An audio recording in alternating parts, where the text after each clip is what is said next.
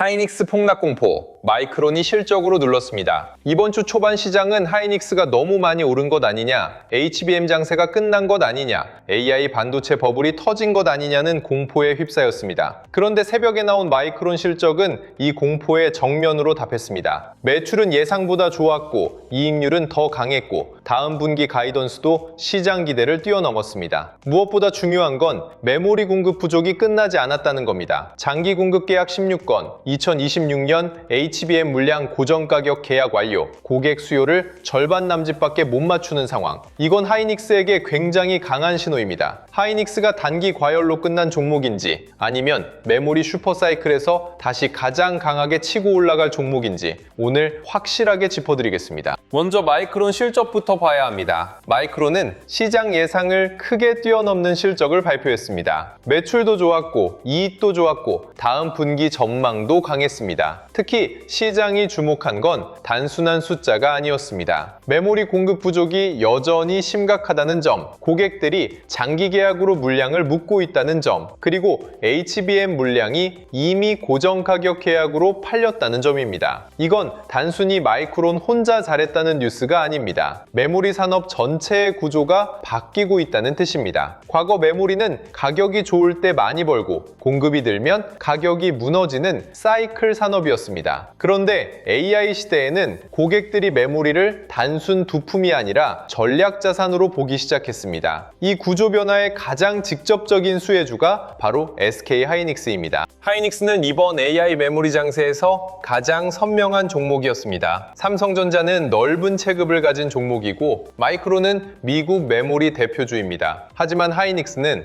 HBM이라는 핵심 축에서 가장 선명하게 시장의 프리미엄을 받은 종목입니다. AI GPU 옆에 붙는 HBM, 엔비디아와 빅테크 데이터 센터 수요, AI 가속기 성능을 좌우하는 메모리 병목, 이 모든 흐름이 하이닉스 주가에 직접 연결됐습니다. 그래서 하이닉스는 많이 올랐고, 그래서 하이닉스는 조정도 거칠게 받았습니다. 하지만 중요한 건 이겁니다. 많이 올랐다는 이유만으로 끝났다고 보면 안 됩니다. 주가가 먼저 과열됐을 수는 있지만 업황이 끝난 건 아닙니다. 마이크론 실적은 바로 이 부분을 확인시켜줬습니다. 저는 이번 실적 이후 하이닉스는 다시 시장이 가장 먼저 볼 종목이 될 가능성이 크다고 봅니다. 이번 주 초반 하이닉스 급락은 업황 붕괴보다 수급 충격에 가까웠습니다. 하이닉스는 워낙 강하게 올라왔습니다. 시가총액 1위 논쟁까지 나오면서 시장 관심이 극단적으로 몰렸고 레버리지와 차익 실현 물량도 쌓여 있었습니다. 이런 상태에서 외국인과 기관 매도가 한꺼번에 나오면 하락은 정상적인 속도로 나오지 않습니다. 훨씬 과격하게 나옵니다. 이게 이번 폭락의 본질입니다. 하이닉스의 HBM 수요가 갑자기 사라진 게 아닙니다. 고객사들이 갑자기 주문을 취소한 것도 아닙니다. AI 데이터 센터 투자가 하루 만에 멈춘 것도 아닙니다. 수급이 너무 몰렸고 그 수급이 한 번에 풀리면서 주가가 강하게 흔들린 겁니다. 마이크론 실적은 이 하락이 업황 붕괴가 아니라는 쪽에 힘을 실어줬습니다. 그래서 저는 하이닉스의 이번 조정을 파티 종료보다 강한 매물 소화로 보는 쪽이 맞다고 봅니다. 마이크론 실적에서 가장 중요한 표현은 고객 수요를 다 맞추지 못한다는 내용입니다. 마이크론은 고객 수요의 상당 부분만 충족할 수 있는 상황이라고 설명했습니다. 쉽게 말하면 사려는 사람은 많은데 줄 수 있는 물량이 부족하다는 겁니다. 이게 메모리 기업에게는 가장 좋은 환경입니다. 공급이 부족하면 가격 협상력이 생깁니다. 가격 협상력이 생기면 마진이 올라갑니다. 마진이 올라가면 이익 추정치가 올라갑니다. 이익 추정치가 올라가면 밸류에이션이 다시 바뀝니다. 하이닉스는 바로 이 구조의 중심에 있습니다. 특히 HBM은 일반 메모리보다 만들기 어렵고 고객이 원하는 품질과 수요를 맞추기도 어렵습니다. 공급이 제한적인데 수요는 폭발한다. 이 환경에서 가장 강한 기업은 공급할 수 있는 기업입니다. 하이닉스는 이미 시장에서 그 능력을 가장 선명하게 보여준 회사입니다. 장기 공급 계약도 핵심입니다. 마이크론은 16건의 전략적 고객 협약을 체결했다고 밝혔습니다. 그리고 협의 중인 계약까지 포함하면 매출의 절반 이상이 장기 계약 구조 안에 들어올 수 있다는 이야기도 나왔습니다. 이건 메모리 산업에서 굉장히 큰 변화입니다. 과거에는 메모리 가격이 시장 상황에 따라 크게 흔들렸습니다. 그래서 투자자들은 메모리 회사가 돈을 많이 벌어도 이 이익이 오래 갈 수 있을지 의심했습니다. 하지만 고객들이 3년, 5년 단위로 물량과 가격을 미리 잡기 시작하면 이익의 성격이 달라집니다. 하이닉스에게 이건 매우 중요합니다. 하이닉스의 약점으로 지적됐던 건 사이클 변동성이었습니다. 그런데 HBM과 장기 공급 계약이 붙으면 하이닉스의 이익은 예전보다 훨씬 더 안정적으로 평가받을 수 있습니다. 저는 하이닉스의 리레이팅은 단순히 HBM을 많이 판다는 데서 끝나지 않고 이익 가시성이 높아지는 데서 더 크게 나올 가능성이 크다고 봅니다. 마이크론이 2026년 HBM 물량을 고정 가격 계약으로 모두 판매했다는 내용도 중요합니다. 이건 하이닉스 투자자들이 반드시 봐야 합니다. HBM은 지금 가격을 깎아서 파는 제품이 아닙니다. 고객이 물량을 확보하려고 먼저 계약을 잡아야 하는 제품입니다. 이 말은 시장의 권력이 고객에게만 있는 게 아니라 공급자에게도 있다는 뜻입니다. 하이닉스는 바로 그 공급자입니다. AI 데이터 센터 업체들은 HBM이 없으면 AI 서버를 만들 수 없습니다. 엔비디아 GPU가 있어도 HBM 공급이 부족하면 완제품 공급이 밀립니다. 그래서 빅테크와 AI 칩 업체들은 HBM 물량을 장기로 묶으려 합니다. 이 구조에서 하이닉스는 가격 결정력과 공급 우위를 동시에 가질 수 있습니다. 저는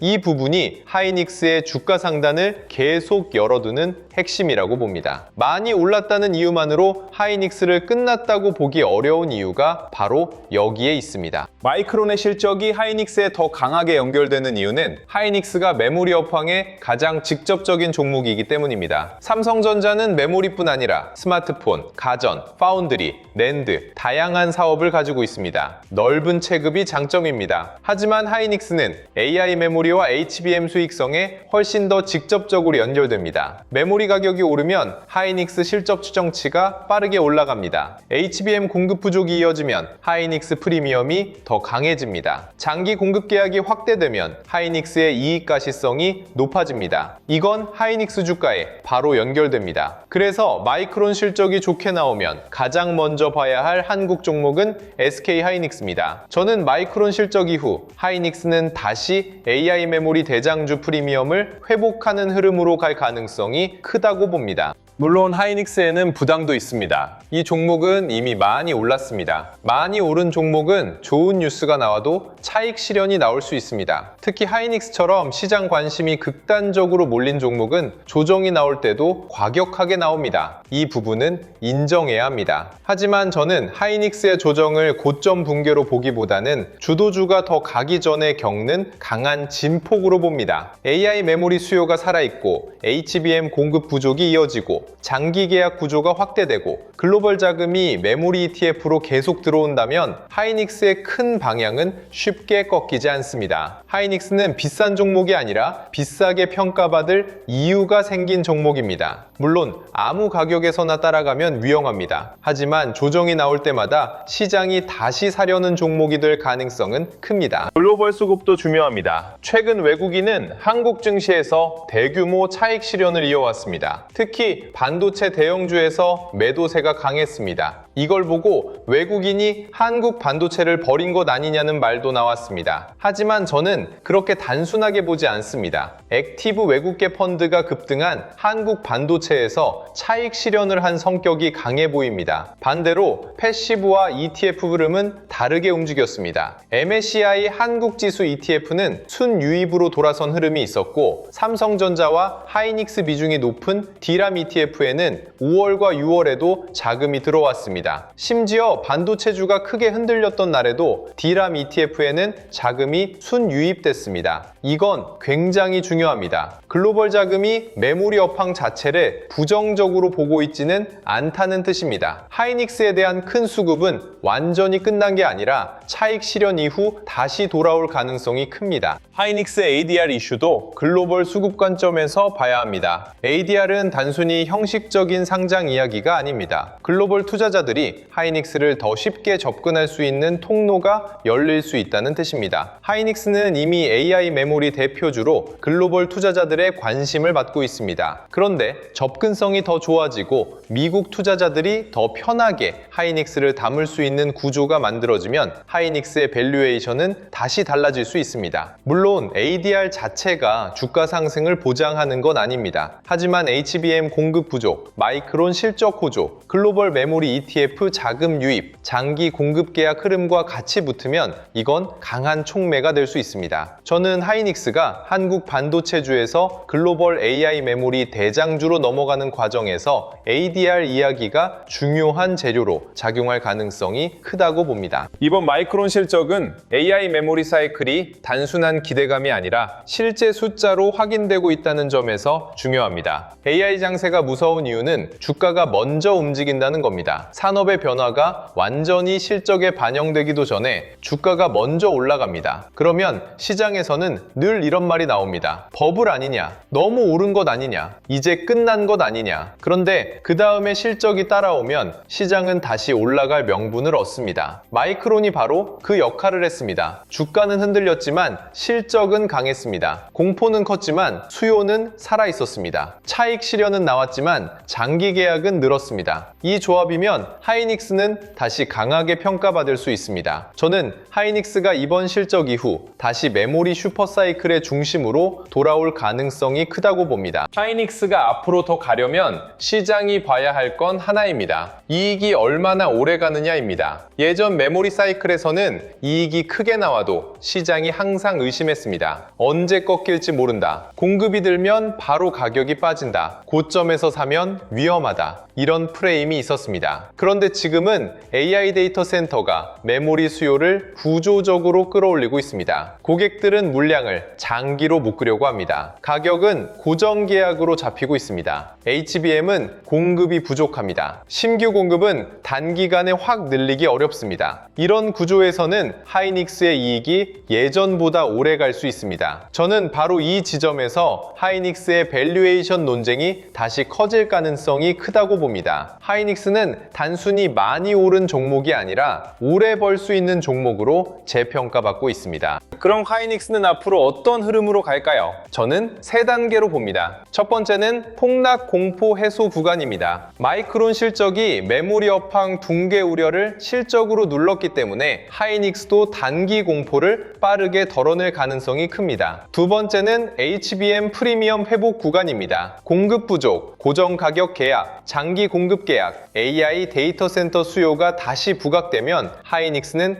HBM 대장주 프리미엄을 다시 받을 가능성이 큽니다. 세 번째는 글로벌 AI 메모리 대장주 재평가 구간입니다. ADR, 글로벌 ETF 자금, 패시브 수급, 메모리 슈퍼사이클이 같이 붙으면 하이닉스는 한국 반도체주를 넘어 글로벌 AI 메모리 대표주로 더 크게 평가받을 가능성이 큽니다. 저는 하이닉스가 이 세 단계 흐름을 다시 탈 가능성이 크다고 봅니다. 보유자 입장에서 보면 이번 조정은 정말 무서웠을 겁니다. 하이닉스는 이미 많이 오른 종목이었고 한 번에 크게 빠지면 고점에 물린 것 아닌가 하는 공포가 커집니다. 하지만 저는 보유자가 이번 하락만 보고 급하게 판단할 구간은 아니라고 봅니다. 마이크론 실적은 하이닉스 투자 논리를 다시 살려줬습니다. HBM 수요는 살아있고 공급 부족은 이어지고 있고 장기 계약은 확대되고 있고 메모리 가격 결정력도 강합니다. 이 흐름이 살아있는 동안 하이닉스는 단순 고점주가 아니라 AI 메모리 슈퍼사이클의 핵심주입니다. 보유자는 중간 변동성을 견디면서 하이닉스가 다시 HBM 프리미엄을 회복하는 흐름을 보는 쪽이 맞다고 봅니다. 다만 과열 구간에서는 비중 조절이 필요합니다. 끌고 가되 몰빵이 아니라 기준 있는 보유가 맞습니다. 신규 진입 진입자는 조금 더 냉정해야 합니다. 하이닉스는 좋은 종목입니다. 하지만 많이 오른 종목입니다. 좋은 종목이라고 아무 자리에서 따라가도 되는 건 아닙니다. 마이크론 실적 이후 하이닉스가 강하게 반응하면 바로 따라가고 싶은 마음이 생길 수 있습니다. 하지만 저는 신규 진입자는 추격보다 눌림이 좋다고 봅니다. 중요한 건 하이닉스를 관심권에서 빼면 안 된다는 겁니다. 이번 실적 뉴스는 하이닉스의 큰 그림을 더 강하게 만들었습니다. HBM 공급 부족, 고정가격 계약, 장기 공급 계약, 글로벌 메모리 ETF, 자금 유입, ADR 가능성, 이 재료들이 이어지는 동안 하이닉스는 계속 시장 중심에 있을 가능성이 큽니다. 신규 진입자는 급등을 쫓기보다 하이닉스가 눌릴 때 분할로 접근하는 전략이 더 현실적입니다. 현금 보유자에게도 하이닉스는 반드시 봐야 할 종목입니다. 많이 올랐다고 해서 관심권에서 빼면 안 됩니다. 진짜 주도주는 많이 올랐다는 이유만으로 끝나지 않습니다. 산업이 살아있고 실적이 따라오고 수급이 다시 붙으면 많이 오른 종목이 더 오르는 일이 나옵니다. 하이닉스가 바로 그런 종목의 가능성이 큽니다. 특히 마이크론 실적은 메모리 슈퍼사이클이 여전히 살아있다는 걸 보여줬습니다. 이런 환경에서 하이닉스를 단순히 비싸다고만 보면 큰 흐름을 놓칠 수 있습니다. 저는 현금 보유자라면 하이닉스를 공격적으로 추격하기보다는 눌림에서 분할로 다시 볼 종목으로 둬야 한다고 봅니다. 하이닉스는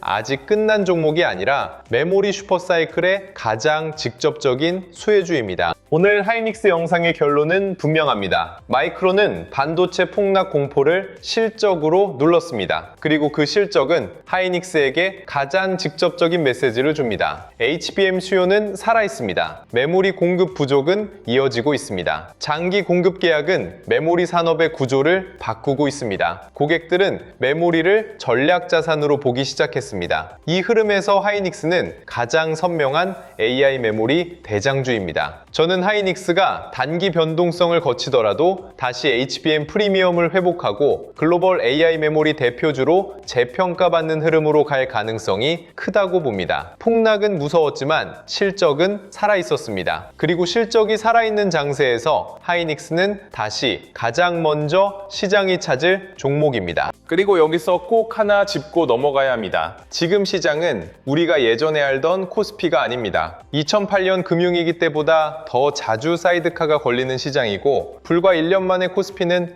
역사적인 급등을 보였습니다. SK 하이닉스 같은 AI 반도체 주도주는 과거 상식으로는 쉽게 설명하기 어려운 상승폭을 보여줬고 AI 반도체와 전력 인프라, 데이터 센터 관련 종목들은 그보다 더 강한 움직임을 만들어냈습니다. 예전 같으면 하이닉스가 10% 넘게 빠지면 시장 전체가 폭락이라고 봤을 겁니다. 그런데 지금은 시장이 다르게 받아들입니다. 너무 빠르게, 너무 많이 올랐기 때문에 10% 넘는 하락조차도 공포만이 아니라 과열 이후 자연스러운 조정으로 보는 사람들이 많아졌습니다. 그만큼 지금 장세의 기준 자체가 바뀌었다는 뜻입니다. 문제는 바로 여기에 있습니다. 예전 방식으로 시장을 보면 지금 전 세계 주식 시장을 주도하고 있는 AI 반도체 장세를 제대로 따라갈 수 없습니다. AI 반도체, 전력 인프라, 데이터 센터, 장비주, 소부장, 그리고 미국 나스닥 주도주까지 돈이 움직이는 속도 자체가 예전과 비교가 안 됩니다. 오르는 종목은 상상 이상으로 오르고 조정도 예전보다 훨씬 빠르고 거칠게 나옵니다. 그래서 지금 시장에서는 싸다고 무작정 사는 것도 위험하고 무섭다고 바로 파는 것도 위험합니다. 중요한 건 이 종목이 지금 시장의 주도권 안에 있는지, 외국인과 기관의 돈이 다시 들어오는지, 그리고 조정 이후 다시 치고 올라갈 수 있는 구조인지 보는 겁니다. 저는 지금 구간에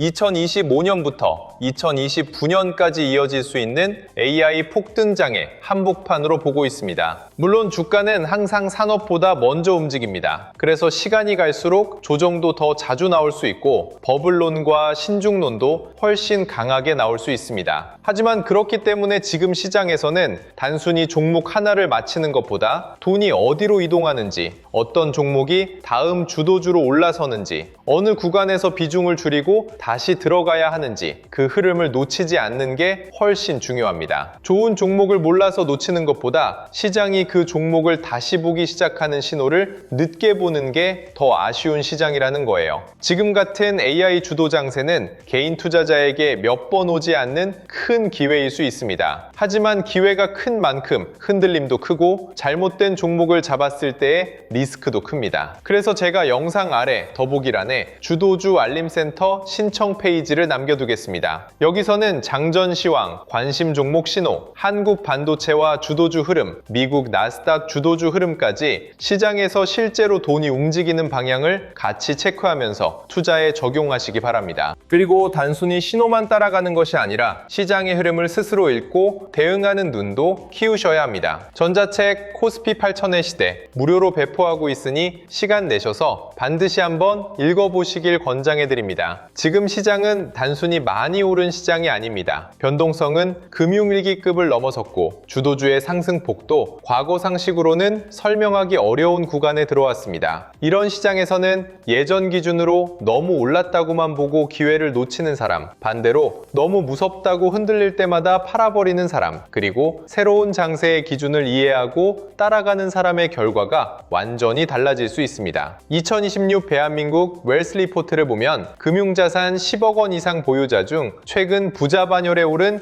50대 이하 신흥 자산가, 이른바 K2밀리가 중요한 분석 대상으로 등장했습니다. 여기서 봐야 할 건 하나입니다. 자산을 키우는 방식이 바뀌고 있다는 겁니다. 과거에는 부동산 중심으로 자산을 키우는 흐름이 강했다면 지금은 주식과 ETF, 글로벌 자산, 성장 산업에 빠르게 올라탄 사람들이 새로운 부자층으로 등장하고 있습니다. 2026년 시장도 마찬가지입니다. 국내 주식을 매도한 개인 투자자 10명 중 8명이 수익을 실현했고 동학개미 전략이 외국인 추종 전략을 앞섰고 신흥 자산가들 사이에서도 부동산보다 주식과 ETF를 더 효율적인 자산 증식 수단으로 보는 흐름이 강해지고 있습니다. 이 말은 결국 하나입니다. 지금 시장에서는 예전처럼 좋은 종목을 사놓고 기다리는 것만으로는 부족합니다. 돈이 어디로 이동하는지, 어떤 종목이 주도주로 올라서는지 그 신호를 놓치지 않는 사람이 결과를 가져가는 시장입니다. 하이닉스는 지금 그 신호를 다시 만들고 있습니다. 저는 마이크론 실적 이후 하이닉스가 단기 반등을 넘어 HBM 공급 부족과 장기 공급 계약, ADR, 글로벌 ETF 자금 흐름을 타고 다시 AI 메모리 대장주 프리미엄을 회복할 가능성이 크다고 봅니다. 하이닉스는 끝난 종목이 아닙니다. 실적이 살아있는 장세에서 가장 먼저 다시 불붙을 수 있는 종목입니다.